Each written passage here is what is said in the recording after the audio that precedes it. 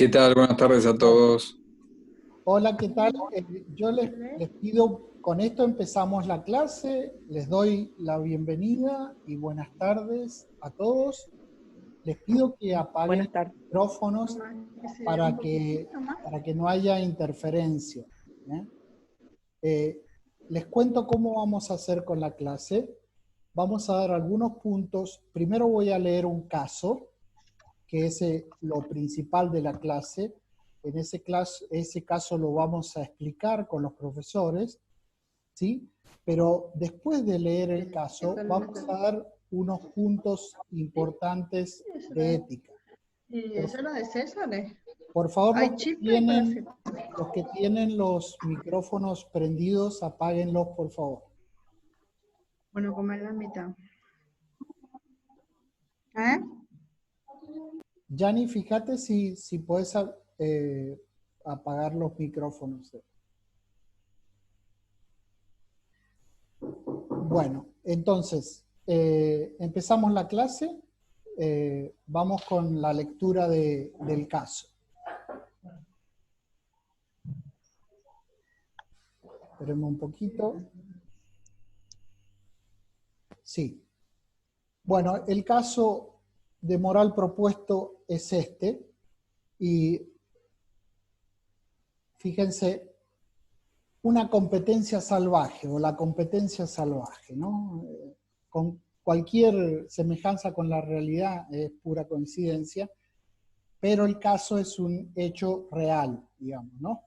Pero muchas veces se da en la sociedad y por eso lo hemos puesto. Bueno, los hechos. Víctor Hugo es un hombre joven, pero con amplia experiencia en el manejo del personal. En la actualidad se desempeña como director comercial de una tienda que tiene sucursales por toda la ciudad y a su cargo tiene a cerca de 50 vendedores. Su jefe considera que él no es lo bastante duro con ellos. Y aunque casi todos cumplen con las metas a fin de mes, él cree que debería ser más duro con ellos para aumentar las ganancias y de paso asegurar su puesto de trabajo.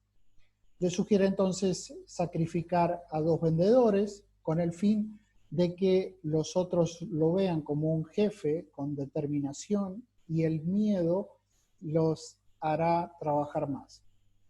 En ese proceso de elegir a 2 candidatos para salir del grupo de vendedores y de la empresa, observa que uno ha obtenido malos resultados en el último mes y el otro comete el error de ser muy libre y muy crítico acerca de las estrategias comerciales de la empresa.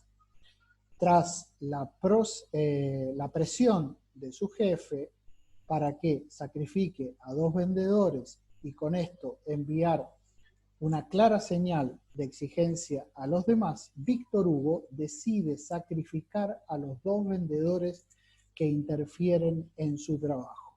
De esta manera, les hace el camino hacia el despido y la presión los lleva a que tengan que renunciar. Tras el asombro de los demás compañeros del grupo de vendedores, el discurso amenazante de Víctor no se hace esperar y les deja muy en claro que si no aumentan el margen de ganancia de la empresa, les puede pasar lo mismo también a ellos.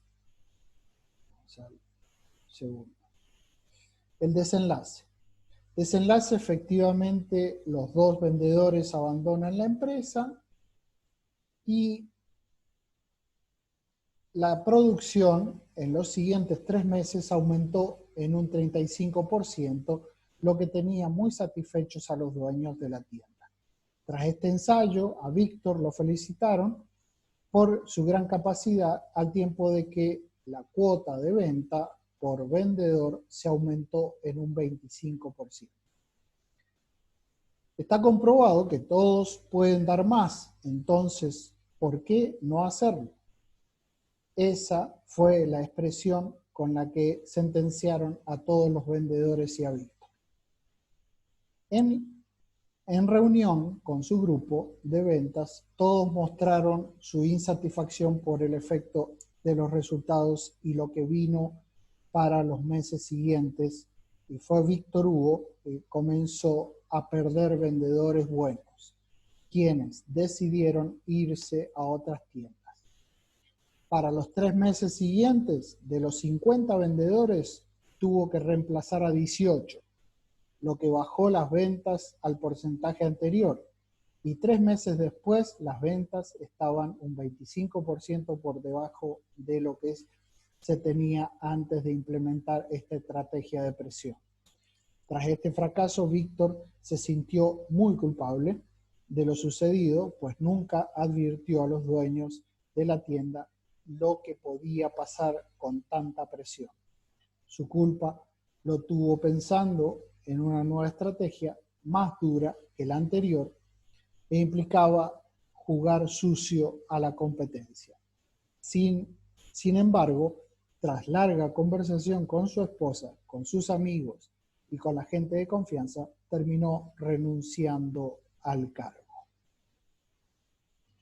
Bueno, la conclusión. Según la visión de los capitalistas extremos, el bien común es simbolizado por la protección de los bienes materiales de la clase dominante, quienes desde esta perspectiva convencen al empleado de que es su deber cuidar los intereses de sus empleadores, con el fin de mantener su trabajo y así fortalecer el bien común. Esta visión, obviamente, va en contra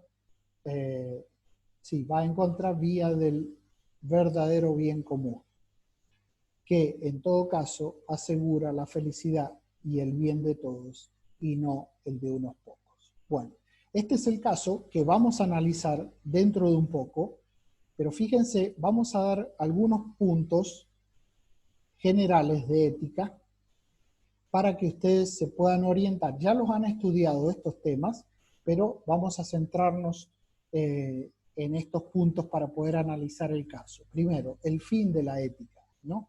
Aristóteles tiene esta definición que es muy simple, bien al estilo Aristóteles en cosas que son importantes, y dice lo siguiente. Aristóteles nos dice que el bien que constituye el fin que el hombre quiere elegir y alcanzar es la felicidad. O sea, ¿cuál es el fin de la ética?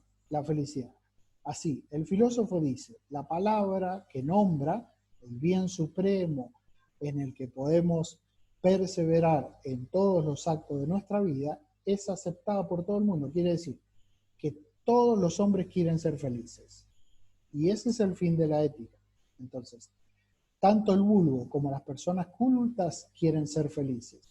Y se denomina felicidad, y según la opinión corriente, es vivir bien, actuar bien, y es sinónimo de ser dichoso. Entonces, ¿en qué se resume esta definición?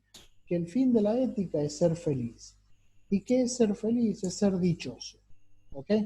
Bueno, entonces, el caso debe tender, el caso que hemos propuesto, a que todos los hombres, no solamente los jefes, sino los que trabajan, alcancen su felicidad, no solamente del punto de vista espiritual, sino también del punto de vista externo, en el caso del salario, del trabajo y todo eso. Vayan pensando eso y ya enseguida vamos a ir a abrir los micrófonos para que ustedes puedan.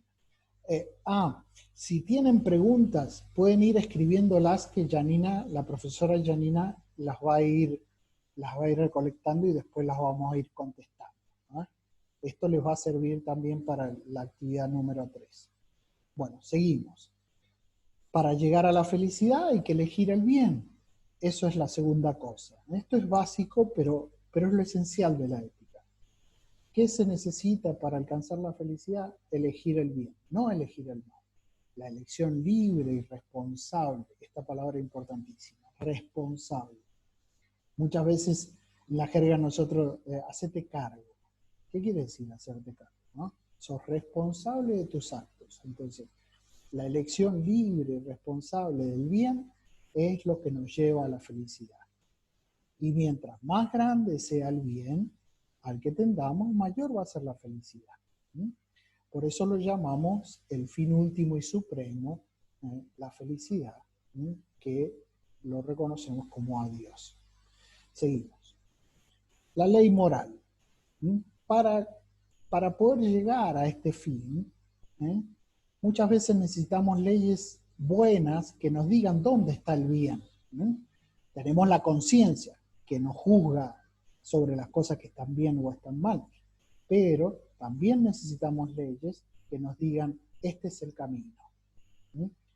Para ayudar al hombre a elegir el bien, este bien como pedagogo, y por esto como una gran ayuda de la ley. ¿Por qué pedagogo? Porque me enseña, no me da la fuerza. La fuerza me la da la virtud, que ya lo vamos a ver. Pero la ley me indica el camino. Es como una luz, pero no me da la fuerza. La fuerza la tengo que poner yo. Este es el camino. Vos tenés que ser prudente en este caso. Ah, pero no tengo la fuerza. Y practicar. Una o dos veces y después va a salir. Entonces, para alcanzar la fuerza, necesito la virtud, porque lo contrario a la virtud es el vicio. No hay un punto medio en los actos.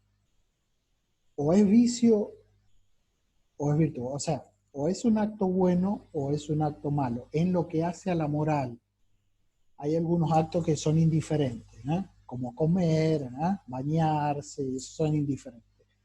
Pero en lo que hace a la moral, o el acto es bueno o el acto es malo. Y entonces, si esos actos son repetidos buenos, es virtud. Si es repetidamente malo, es vicio. Entonces, la virtud es un hábito operativo bueno. Acuérdense de las definiciones, porque eso nos ayuda a recordar rápidamente lo que significa. La virtud es un hábito operativo bueno. Es una disposición permanente que inclina de modo fuerte y firme a una potencia para actuar de acuerdo a la recta razón. ¿Qué quiere decir? Y la virtud me ayuda a obrar más fácilmente, a hacer las cosas buenas más, no solamente más rápidamente, sino más fácilmente, ¿no? Y el vicio, todo lo contrario, ¿eh? El vicio es considerado como un hábito que inclina a uno al pecado o lo inclina a hacer el mal, ¿no? Y entonces, cuando yo lo hago 1, 2, 3, 4, ya después me es más fácil hacer ese mal, digamos, ¿no? Como es el caso, puede ser, qué sé yo, la mentira, o la manipulación, o el abuso, o todos esos temas que... Bueno, los temas éticos involucrados en el caso. Ahora vamos al caso, ¿sí? No sé si los profesores quieren agregar algo. Profesor Eduardo. ¿Querés que les hable ahora sobre las fuentes de la moralidad? Sí, porque ahora entramos en el caso, si puede ser. Bien. Bueno, ahí estoy justo respondiendo algunas cuestiones que se plantean en el chat. Creo que es muy importante para ustedes, como lo ha sido para nosotros en su momento, aprender esto que estamos viendo de la ética como una ciencia. Porque la ciencia, así como la psicología, ayuda a tener una reflexión sobre los propios actos y no solo una cuestión que parta del sentimiento o de la percepción que cada uno tiene, ¿no? La ética nos sirve más profundamente para esto, porque es una ciencia que nos conecta con nuestro ser humano, por eso es que hablamos de los fundamentos antropológicos de la ética.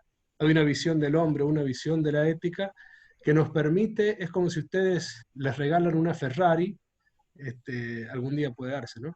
Y, y entonces se suben a la Ferrari y sin ningún tipo de noción de manejo o de nada quieren conducir. Y van a tardar un tiempo largo en aprender si es que no chocan. Bueno, el ser humano es mucho más complejo que una Ferrari. Por eso esta visión de hoy, esta visión errónea de que cada uno tiene su propia verdad, se guía por sus sentimientos, es medio una papada, disculpen el término, pero desde el punto de vista científico, antropológico, filosófico, psicológico, hasta desde la psicología más atea, porque uno necesita tener algunas certezas sobre las que operar. La ética les da esa precisión y esa certeza. Todas las nociones que estamos viendo, ¿no? Sí, puedo hacer captura. Todas las nociones que estamos viendo tienen que ver con eso. Yo quiero hablarles ahora sobre un tema que hemos visto con los profes, que los exámenes lo pasan como por alto. Ahora estamos corrigiendo todo lo que sería el módulo, pero no vamos a llegar para este curso, pero sí es importante que tengan claro este tema de las fuentes de la moralidad del acto humano. Les pido por favor que tomen nota donde tengan las fuentes de la moralidad del acto humano, que no es lo mismo que la fuente de la plaza donde viven, y tampoco es lo mismo que las fuentes de la ética o de la teología moral. Si uno dice, bueno, ¿cuál es la fuente de la ética? Bueno, la razón. ¿Cuál es la fuente de la teología moral? Bueno, la escritura, la tradición, o sea, fuentes que tienen que ver con libros. No, acá no estamos hablando ni de libros ni de la fuente de la plaza. Las fuentes de la moralidad del acto humano por qué un acto es bueno o es malo, y en qué me baso para eso. Y son tres. Son el objeto, el fin y las circunstancias. Es muy importante entender esto y verlo científicamente, porque si uno no lo hace, no va a entender, digamos, el por qué algunos actos son buenos y unos actos son malos. Ahí estaban hablando sobre las elecciones de Víctor, bueno, que ya se hablará sobre eso. Uno en cada momento la puede hacer bien y en cada momento la puede fregar, como dicen en Quito, donde vivo yo ahora, o sea, puede arruinar todo. O sea, acá hay una cosa fundamental de la ética que estudiamos nosotros, es que no creemos en los determinismos absolutos de los actos. Es decir, nada me determina a no ser libre. Entonces, en cada momento que actúo, tomo una decisión libre, elijo el bien o elijo el mal. Obviamente que hay condicionantes como la cultura, como la educación, como los vicios o las virtudes, pero igual nunca desaparece mi libertad. Entonces a esto va estas tres fuentes de la moralidad del acto humano. La primera fuente es el objeto, muy bien. Hay una chica que puso, Estefanía.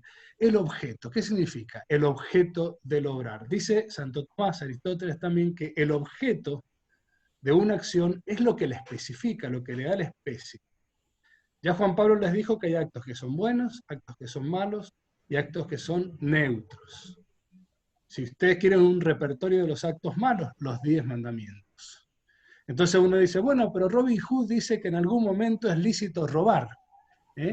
Tenemos algunos Robin Hood de ahora también, nada más que en vez de andar por los bosques, ocupan algunas sillas importantes en algunos lugares, ¿no? Robar para hacer el bien. Esto fíjense ustedes. Bueno, si el objeto del acto es malo, el acto nunca puede ser bueno. Si el objeto es robar, no, matar para, y acá pueden venir algunas confusiones, porque uno dice, bueno, ¿y la legítima defensa acaso no es matar? Sí, pero si el objeto es matar, el acto es malo. Si el objeto es defenderse a una costa de que tengas que matar, el acto puede ser bueno, porque no estás buscando matar.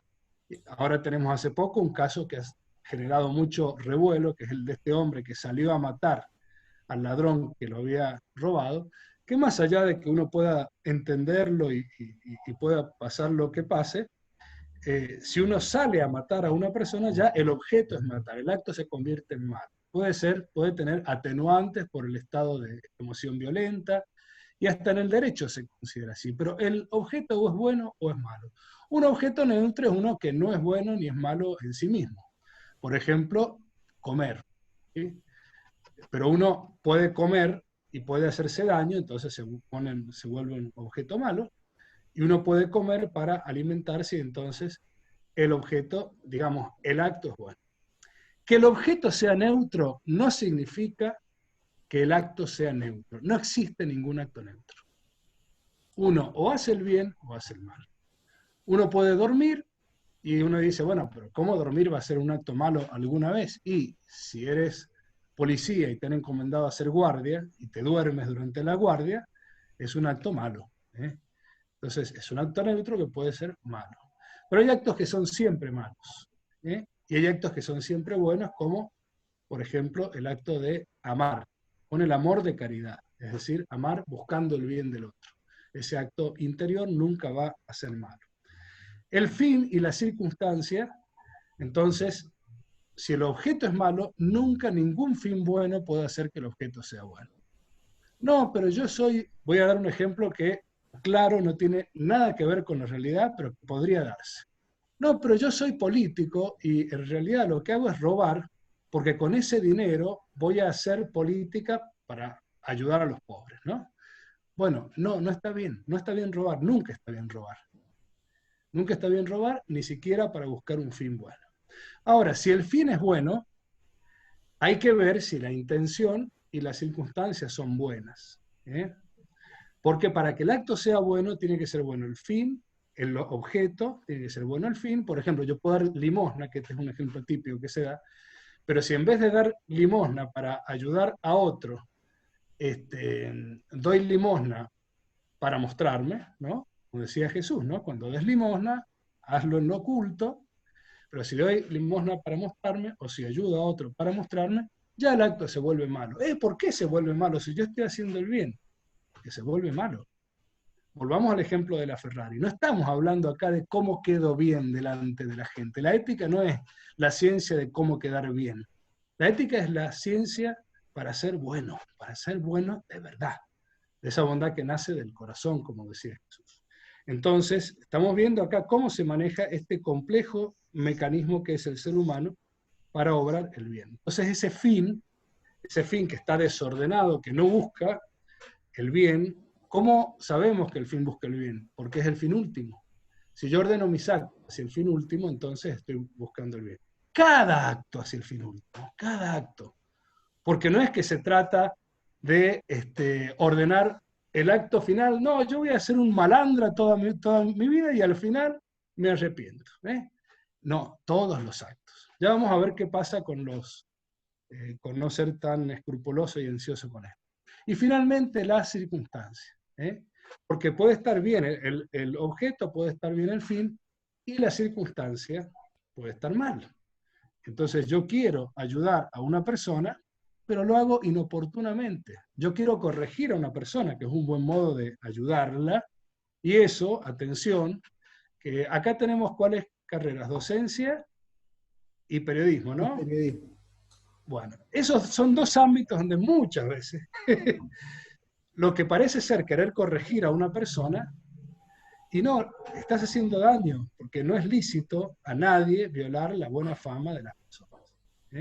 También puede darse dentro de la iglesia, puede darse en cualquier lado, y esto no es solamente un problema de mi comportamiento personal, sino que afecta a todo el bien común.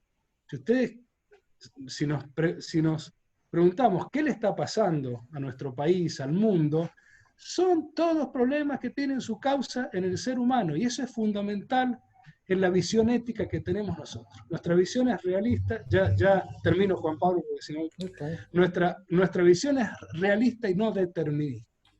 ¿Qué significa? Que hay gente que tiene una visión determinista de la ética. No, yo en realidad no puedo portarme mejor porque todo va por este lado, porque mis impulsos, porque la sociedad, porque la cultura, como decía Bernardo Neustadt, errar es humano, echarle la culpa al otro es argentino. No digamos que es argentino solamente, pero muchas personas dicen, no, yo me porté mal, culpa de la sociedad, de la política, de los Estados Unidos y de lo que sea.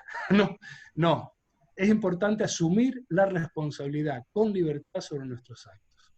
Entonces la circunstancia del obrar es fundamental. Hay una virtud entera que habla sobre la circunstancia, que es la prudencia, que es la virtud que me permite obrar, digamos, teniendo en cuenta todas las circunstancias. Bien, aparecen muchísimas preguntas y es obvio porque, como les dije al comienzo, entender las fuentes de la moralidad del acto humano nos permite entender y ver científicamente cada acto humano. Y esto es un aprendizaje de toda la vida, no es que uno con entenderlo ya va a entender la moralidad de los actos de Víctor, y peor, porque es un caso digamos, ficticio la moralidad de los propios actos o de la sociedad. Pero sí es importante hacer este análisis y poder distinguir para poder entender, primero, qué es bueno y qué es malo, y no disfrazar la realidad, no disfrazar. Un acto no se vuelve malo por las buenas intenciones, ni se vuelve bueno por no se vuelve malo por las malas intenciones, o sí, pero digo, no se vuelve bueno por las buenas intenciones, aunque el objeto sea malo, ¿eh? No se vuelve bueno.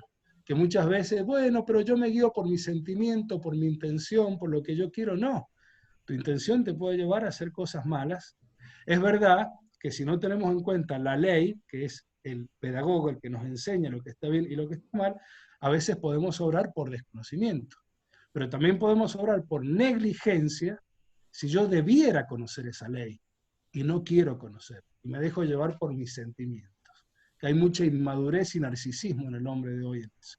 Entonces, bueno, para hacer una síntesis, esto de las fuentes de la moralidad del acto humano es importantísimo para poder hacer un análisis del obrar humano en cada acción.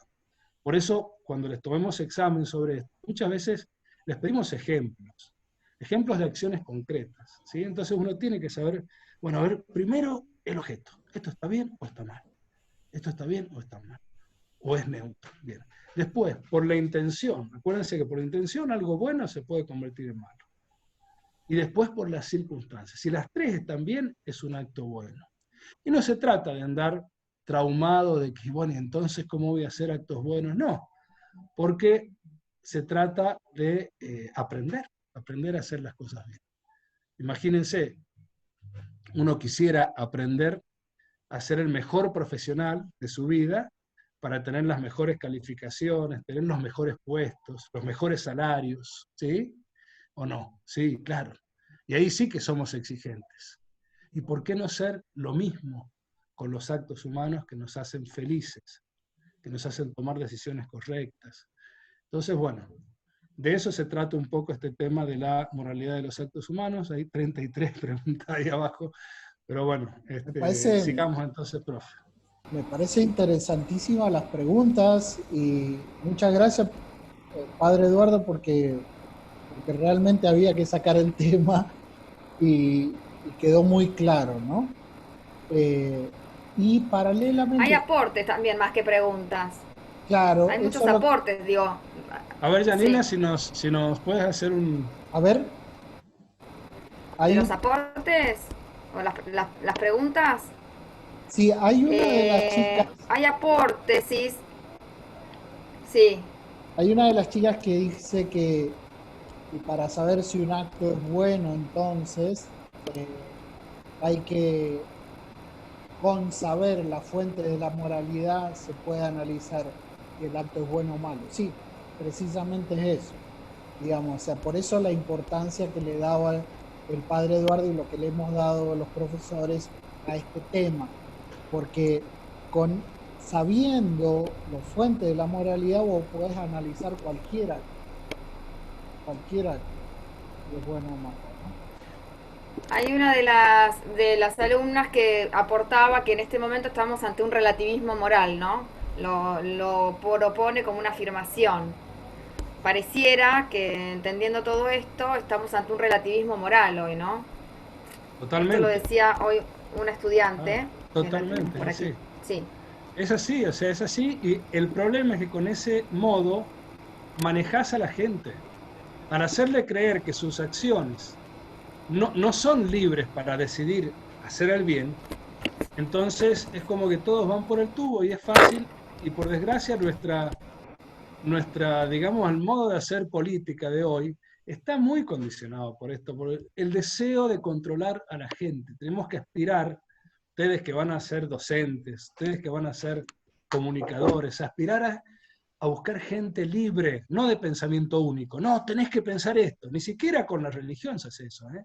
Está mal violar la libertad de la gente. Hay que enseñarnos a ser libres. Es interesante el concepto de posverdad, entendiendo que acá hay estudiantes de periodismo, ¿no? Que tiene mucho que ver con el tema de la manipulación. Hoy salió el tema en el chat de la manipulación de los medios, ¿no? Entonces me parece que la posverdad es un poco de esto de manipular la verdad, y también entra en juego ahí la ética del periodista, ¿no? Es interesante para retomarlo. Muy bueno. Eh, Creo que vamos a tener que hacer quizás una clase más, no sé. Me Sí. Bueno, parece. está Sobre estos temas prevista, puntuales. terminemos este Sí. caso, yo les propongo esto, y pongamos, porque ya está prevista la clase, la próxima clase, precisamente para dedicar todo el tiempo a las preguntas. Sin duda que vamos a analizar algunas de las preguntas que ustedes han hecho, pero yo propongo terminar el caso que hemos propuesto, y después ponemos la fecha para la próxima clase. Nos pasó con la otra, con el otro aula la otra vez, ¿te acordás, padre Eduardo? Y Sí. tuvimos que armar otra clase más, cosa que es una cosa súper positiva, porque realmente a nosotros nos hace muy bien como profesores y a ustedes muy bien como alumnos, porque podemos crecer en esto que está tan olvidado, que es el tema de la ética, ¿no? Como que yo siempre que doy ética digo esto: el problema social, porque también doy problemática sociocultural, digo, la problemática sociocultural de fondo es un problema ético, ¿no? Entonces, digo, pongo énfasis en esto. Entonces, veamos una cosita, terminemos el caso y vamos a poner otra fecha para un próximo encuentro, para seguir respondiendo a las preguntas y poder escucharlos a ustedes en sus cotaciones que me parecen perfectas. Por ejemplo, lo del tema del relativismo, la posverdad y, digamos, entonces, con el tema de la posverdad es para hacer, bueno, ya hay mucho escrito, pero realmente hay muchísimo hecho, ¿no? sí. ¿Cómo es? Que incluso ya está definida por la Real Academia Española, Sí, la sí, sí, posverdad, del 2016, sí. el 2016, como es la mentira emotiva, ¿no? Mentira emotiva. O sea, te convencen de que algo que es mentira en realidad es verdad. O sea, te mueven los sentimientos de tal modo que te convencen de que algo que es mentira, te lo hacen ver como verdad. Puede ser una persona, un hecho, una cosa, ¿no? Entonces, lo vemos diariamente. ¿Cuál es el problema? Un problema ético. ¿Por qué posverdad? ¿Y por qué no llamarlo mentira? Entonces, bueno, vamos adelante con el caso y después seguimos con esto. Bien. Temas éticos involucrados. ¿Qué temas éticos hay en el caso involucrados? Saltan a la vista un montón, ¿sí? Yo quiero centrarme en poquito, porque si también no vamos a terminar. ¿Cuál es el método que quiere usar la empresa? ¿Cuál es el problema, digamos, ahí con el método? ¿Cómo se le llama a ese método? Que nosotros lo vemos muy seguido, no solamente en las empresas, sino en un montón de casos sociales, ¿no? ¿Cómo se llama? Capitalista, dice acá. Capitalista, sí, pero con respecto a la persona, el obrar, ese obrar respecto a la persona, del punto de vista ético. El miedo, la presión, la meritocracia, deshumanizado, divide y reinarás. Divide y reinar. Presión, explotación. Bueno, por ahí va. Explotación. Coacción, autoritario. Coacción, sí. Utilitarista, reduccionista, la ley del más fuerte, manipulación por medio del miedo. Todo esto es lo que están poniendo los chicos. Todos esos se encierran en una palabra que recién ahí lo han puesto: manipulación. O sea, manipulación de la persona y de las personas en este caso. ¿Con qué cosa lo manipulan? ¿No? El capitalismo sí está bien porque lo que quieren sacar es con el miedo, perfecto, y con la presión, ¿no? O sea, lo presionan de tal modo que les da miedo y entonces no obran como ellos quisieran, sino como quiere la empresa. Eso es la manipulación, que se da en todos los ámbitos. Se puede dar en la familia, se puede dar en la escuela, se puede dar en el periodismo también. No digas esto porque si no fuiste, sos boleta, ¿no? ¿Cuántos periodistas les ha pasado? No solamente pasa en las series, digamos. De repente este periodista ya no está. Pasó ahora, yo di un webinar sobre China, porque, bueno, algunos saben, yo estuve viviendo en China 13 años, y el médico que al final murió de coronavirus y que reveló el tema de corona, ¿cuál fue el problema del coronavirus en el principio? ¿Cuál fue el problema del coronavirus al principio? Y que China se demoró un mes en decir que estaba el coronavirus. Y las investigaciones dicen que si lo hubiera dicho 3 semanas antes, el 95% de las personas que murieron no hubieran muerto. Bueno, el médico que reveló, que lo vimos en todas las noticias y todo eso, desapareció. O sea, lo callaron y después murió de coronavirus. 33 años. Paralelamente a él, desaparecieron periodistas que querían hablar del tema y los callaron. Entonces, digo porque hay varios en periodismo acá, y esto yo tengo fuentes confiables, tanto de China como de un montón de lugares, incluso periodistas amigos. Entonces, fíjense el tema de la manipulación, ¿no? Entonces, doy un pasito más. ¿Qué incluye todo lo que ustedes dicen, ¿no? Violación. Ahora, ¿qué virtudes o qué vicios se encuentran? Uno de los vicios que encontramos es el tema de la manipulación, ¿sí? Entonces, a ver, espérenme un poquito que voy a correr una cosa que me está acá. ¿Es correcto el método usado para crecer en las ventas? Esa es la pregunta. ¿Es correcto la manipulación? ¿Qué viola la manipulación? ¿Mm? Produce presión, produce miedo, viola la libertad. Perfecto. ¿Sí? ¿Qué es lo contrario a la manipulación? La dignidad, dijeron por ahí, muy bien también. La dignidad. Entonces, fíjense que son los dos. Yo puse este caso porque yo veo una aberración social en muchos de los casos donde se da estas dos cosas. Por un lado, la manipulación, o sea, y la falta de dignidad humana por otro lado. Está bien que, digamos, o sea, yo les vuelvo a repetir, yo estuve en China muchos años y yo sé que China creció por una de las cosas fue la mano de obra barata. Yo lo sé y lo vi y cuando hicieron las Olimpiadas, yo sé que muchos de niños y viejitos fueron los que construyeron los estadios para ganar 2 mangos para poder hacer los estadios grandísimos que hizo China para las Olimpiadas. Y eso lo sé. Por eso, digamos, es un tema que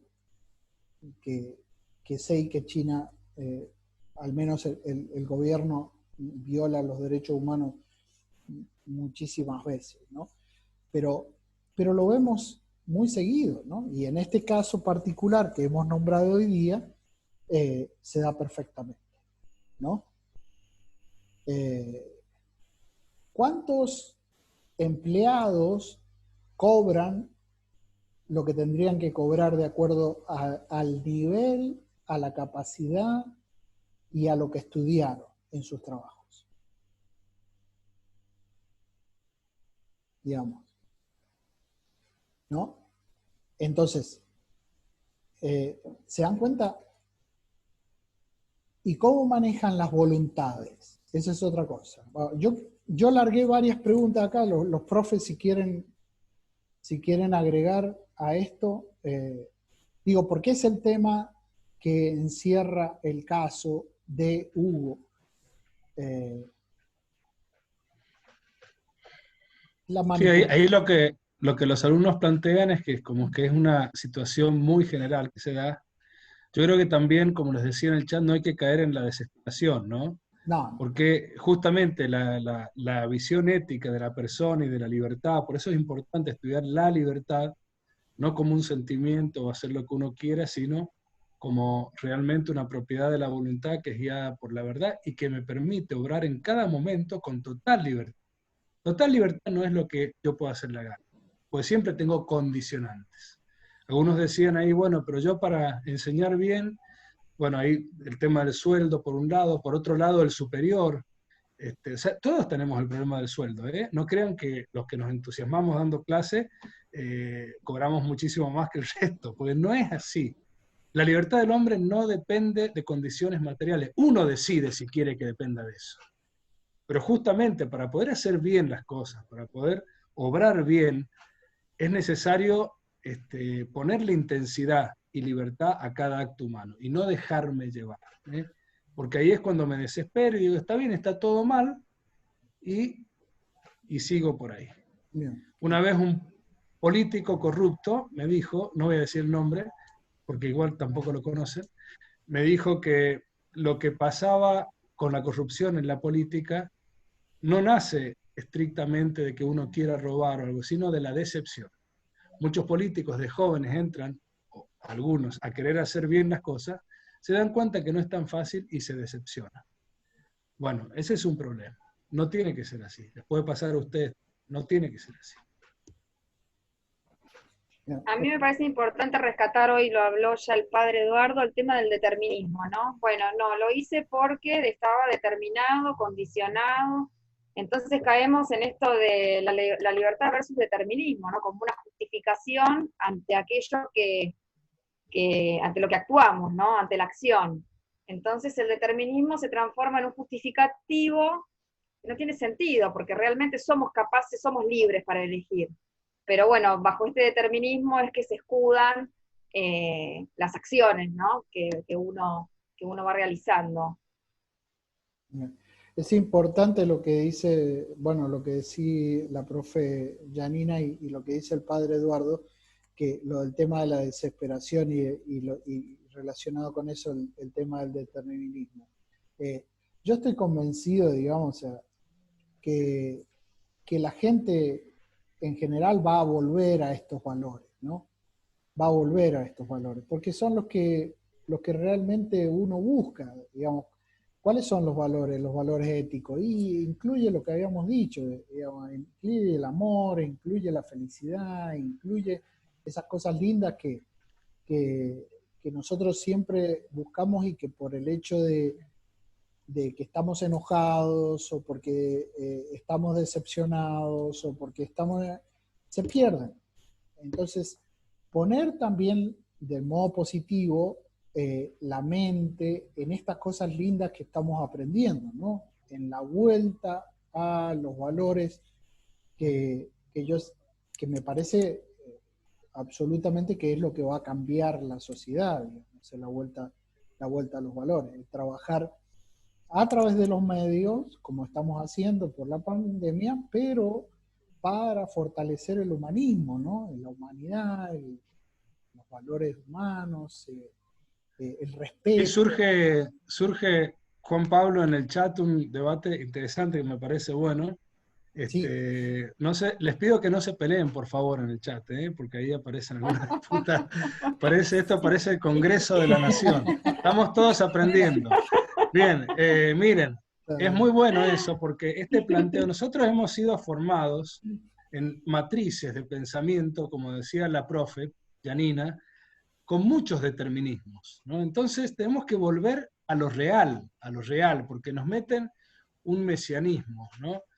La gente se queja de que los curas predicamos mucho al Mesías, pero en el fondo todos predican un Mesías, o el Mesías del Estado totalitario que te va a salvar, o el Mesías del capital, o lo que sea. Y nos olvidamos de lo real. ¿Dónde se puede dar esto de que en vez de corromperse, primero uno se corrompe si quiere ser corrompido, en el fondo?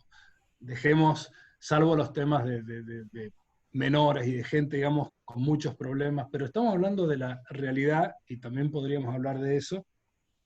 Pero acá el problema es que nos olvidamos de lo real. ¿Dónde yo puedo construir la sociedad? ¿Dónde puedo generar el bien? En mi familia, en mi entorno cercano.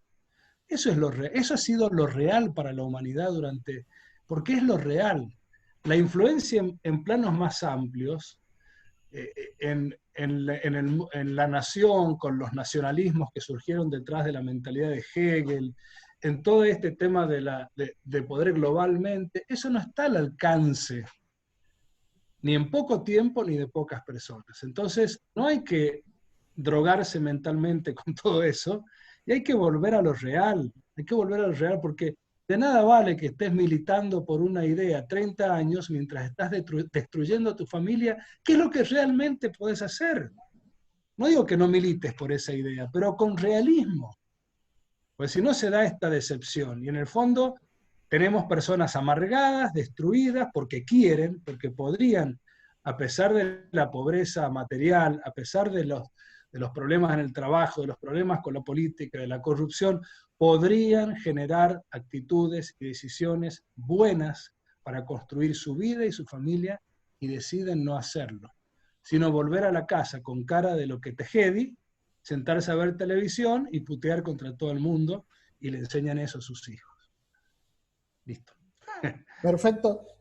Digo, súper interesante. Muchas gracias, Padre Eduardo, y muy interesante las acotaciones que hacen a lo que el Padre Eduardo está diciendo, ¿no? Fíjense, digo, fíjense todo lo que ustedes están aportando, digamos, ¿no? Que en realidad es muy interesante, digamos, es la vuelta a los orígenes, vuelta a la familia, el cuidar la familia, bueno, lo de la Madre Teresa, si quieres cambiar, no, te tienes que cambiar a vos mismo, digamos, o sea, ustedes mismos lo están diciendo, ¿vieron? Digo, ¿cómo se aprende? Volviendo a ese pedagogo que es la conciencia, a ese pedagogo que es la ley natural, y también a los estudios que hemos hecho durante esta materia, que sin duda es la mejor de todas. No, no, pero ¿se dan cuenta? Digo, ustedes mismos están concluyendo cosas de temas que hemos estudiado, que lo hemos hablado hoy día, y entonces me parece, digamos, muy productivo, digamos, tomarse el tiempo para respirar, para pensar, ¿no? Ustedes mismos lo están diciendo, ¿eh? Entonces, digo, esa vuelta a los valores que se han perdido y a vivirlos, como dice el Padre Eduardo, ¿no? O sea, vivirlos, o sea, a ponerlos en práctica, ¿no? Entonces, ¿qué es lo que pasa? Digo, no es que nos fuimos del caso. ¿Cuál es el problema del caso? Y sí, es la manipulación de los empleados para lograr un fin que es la económico de algunos pocos, ¿no?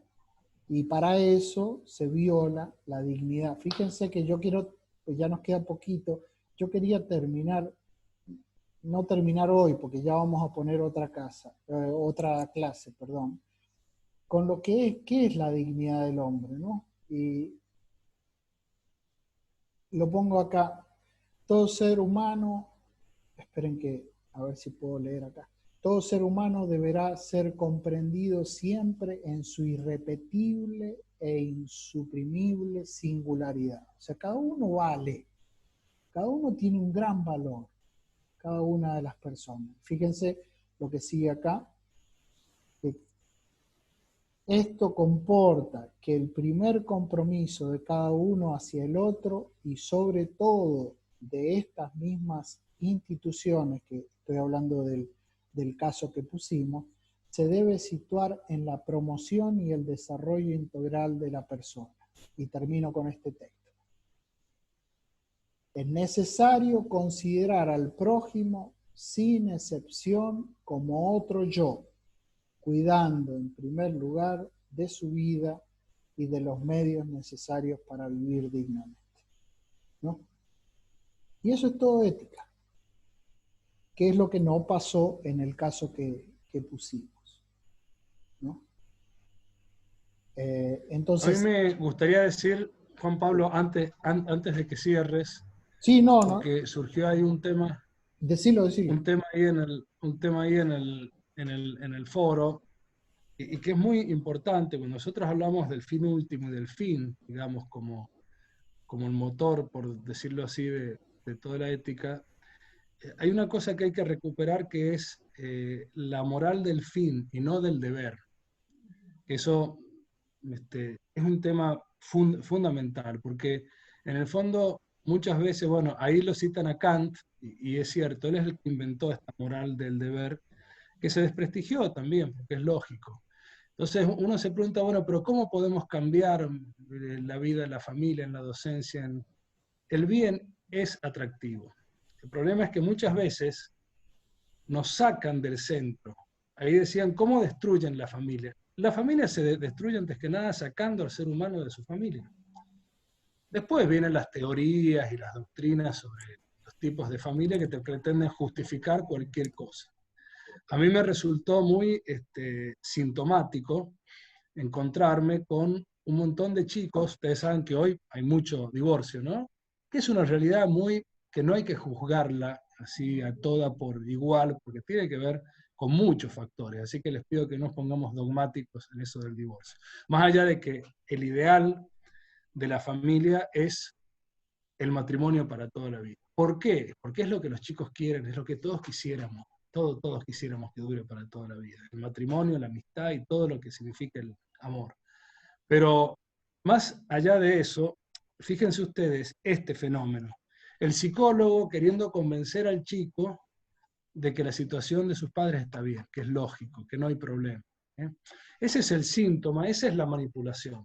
No digo que esté mal que se trate de contener al chico en la situación y que se le trate de mostrar los puntos positivos, obviamente que sí, de que sus papás se estaban peleando, se estaban matando y es mejor vivir así. Pero ¿cuál es el problema con la manipulación? Que nos saquen, digamos, de lo que es verdaderamente atractivo, deseable, buscable, ¿no? Este fin último, esta felicidad. Entonces, un planteo que yo me hice, pasada la crisis de los 40, es el siguiente. ¿Soy feliz? Soy feliz. Y me lo hago todos los días. Un día que me levanto infeliz, ¿y qué pasa? Le dedico, no sé si unas horas, pero aunque sea una hora del día, a planteármelo. Porque en el fondo de eso se trata, queridos alumnos. O sea, se trata de que uno descubra el camino de la felicidad y lo pueda transmitir. Porque si uno no lo descubre, ¿cómo lo va a poder transmitir? No digo que dejen de enseñar si no se sienten felices, pues nadie es perfectamente feliz en este mundo. Y no hace falta que lo diga ningún dogma, es así. Pero sí el camino de la felicidad, el camino de la felicidad. Entonces, se trata de reflexionar sobre eso y sobre la verdad. Y no falsear, no hacer como ese psicólogo que le quiere decir, no, es lo mismo que tus papás no vivan juntos. No es lo mismo. No es lo mismo. Ante la situación, bueno, trataré de acomodarme. Pero que me quieran convencer de que es lo mismo, es una barbaridad. Y ese es el problema de hoy con el relativismo. Te quieren convencer de que todo da lo mismo. Y no es así. No es así. Entonces hay que recuperar ese sentido de libertad para poder caminar, pero uno no puede hacerlo y no puede transmitir si uno no busca vivirlo en lo personal. ¿Entienden? Bien. muy bien, buenísimo, digamos, o sea, ya Volver a Dios, claro, sí, en el fondo, perdón, en el fondo se trata de eso, de eso. de volver a Dios, porque el corazón humano está hecho para el infinito. Ningún bien que te lo vendan como infinito es infinito. Es un infinito trucho. El dinero como infinito, el placer como infinito, todos los infinitos humanos son infinitos truchos. Entonces el hombre hasta que no redescubre a Dios no llega, pero hay que lograr transmitirlo, no desde una moral del deber, ¿me entienden la diferencia? Una cosa es hacerlo atractivo, pero para eso me tiene que traer a mí también.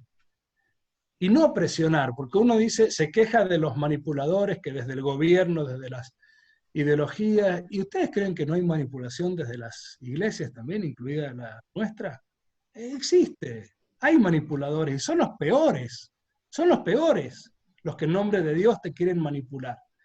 No se trata de manipular, Jesús no vino a eso, sino a predicar, a enseñar. Y eso es lo que también desde el derecho natural, desde la vida, tenemos que recuperar el sentido de la libertad. Yo no te quiero manipular, no te quiero hacer que hagas lo que yo quiero que hagas. Te quiero mostrar lo que me ha servido a mí, como dice San Agustín y Santo Tomás en el libro sobre el maestro, que el maestro es uno que acompaña a otro en un camino que le ha servido a él. Habría que leerlo más seguido ese libro. Listo, ya está. Eso era. Muchísimas gracias, Padre Eduardo, está clarísimo, y bueno, y vemos también que están muy, muy de acuerdo, y parece que, bueno, como siempre, nos hemos, digamos, la clase ha servido para todos, no tanto para ustedes como para nosotros. Nos pasa siempre, y realmente es muy edificante, ¿no? Y en esta situación en que estamos viviendo, el hecho de juntarnos casi 150 personas a hablar de lo mismo es realmente una bendición, ¿no?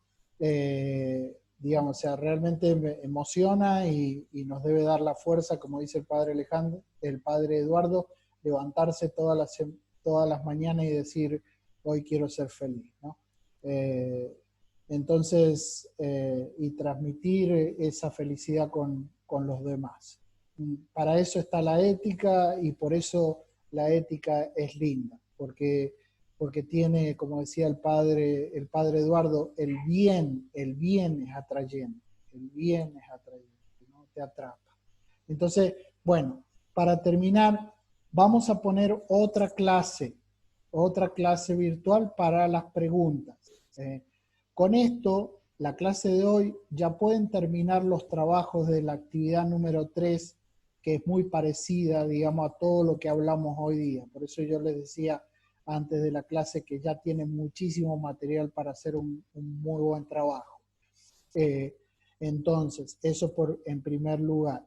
Y segundo, para aclarar dudas y prepararnos ya para el examen final, que muchos de ustedes es la última materia, vamos a poner otra clase más para aclarar esas dudas.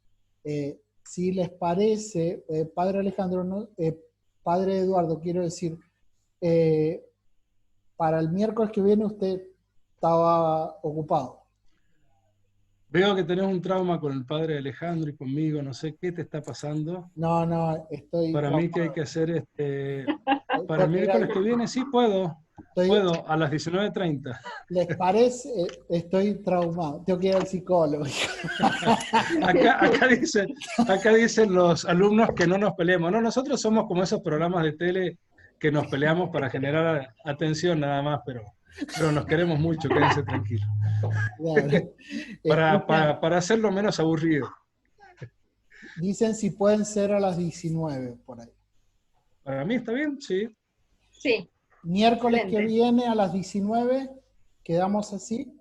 Miércoles Perfecto. que viene a las 19. Ok, buenísimo. Entonces, escuchen, esta clase está grabada. Entonces, por ahí me preguntaban si voy a subir el PowerPoint. Sí, vamos a subir la clase y separadamente también el PowerPoint, ¿sí? Así que ustedes acuérdense de poner la selfie, la fotito que sacaron hoy día, ¿sí? Y con eso ya está aprobado. Si quieren ver de nuevo el video, bajar el PowerPoint para tenerlo con ustedes, no hay ningún problema. No están obligados a hacer la actividad de las personas que no atendieron a esta clase, porque no pudieron. Es solamente para que ellos tengan los mismos conocimientos que ustedes. Entonces, con esto terminamos la clase. Bueno, ahí para los que preguntan, porque parece que algunos entraron más tarde, va a abrirse un foro. Va a abrirse un foro más tarde o mañana donde van a subir la foto, ya sea la captura de pantalla, que si no le hicieron, háganla ahora, la selfie, que si no le hicieron, háganla ahora, cualquiera de las dos, y ahí suben al foro ese, donde eso figura como el presente de esta clase virtual. El foro se va a llamar Vieron- Estuve en la clase virtual, y ahí se meten, suben la foto y listo. Hay muchas dudas respecto al examen final, pero bueno, no sé si querés que lo hablemos el miércoles. Igualmente eso está en el programa, pero Sí. bueno, si quieren darle una vuelta a eso. Ahí hay una cuestión que yo les pido, por favor, que tengan presente, que es la precisión. La precisión. Ustedes son Claro.